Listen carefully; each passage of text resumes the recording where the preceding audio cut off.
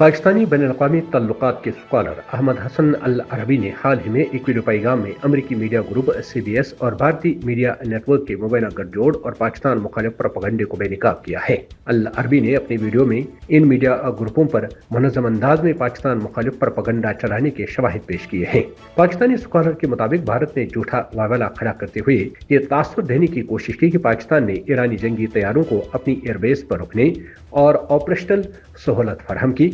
इस प्रोपेगेंडे के लिए जाली तस्वीर इस्तेमाल की गई जिनमें पाकिस्तानी जंगी तैयारों को ईरानी तैयारी जाहिर किया गया ताकि पाकिस्तान और अमेरिका के ताल्लुकात को नुकसान पहुंचाया जा सके।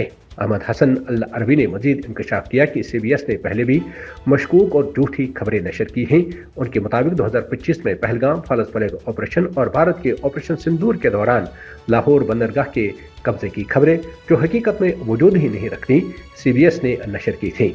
अल-अरबी ने कहा कि ये खबरें हकीकत के मुनाफी और अवाम को गुमराह करने वाली थीं।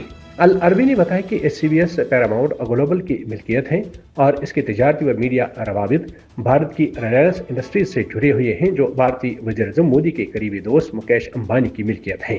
ये ग्रुप मोदी हुकूमत का करीबी इत्तेहादी और आग के हिमायती मीडिया नेटवर्क समझा जाता है। 2025 के बाद CBS ने कलर्स TV इंडिया और जियो सिनेमा के साथ बाज़ाब्ता सिस्टर नेटवर्क पार्टनरशिप्स कायम की हैं, जिससे उनके असर और रसूख और पाकिस्तान मुखालिफ प्रोपेगेंडा मजीद बढ़ गया है।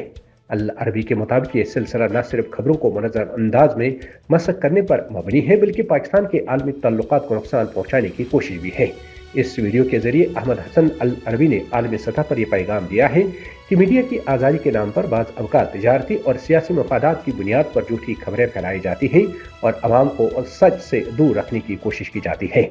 उनका कहना था कि इस तरह के प्रोपेगेंडे को बेनकाब करना निहायत ज़रूरी है ताकि हक़ाइक़ सामने आ जाएं और अवाम को दुरुस्त मालूमात फराहम किए जा सकें।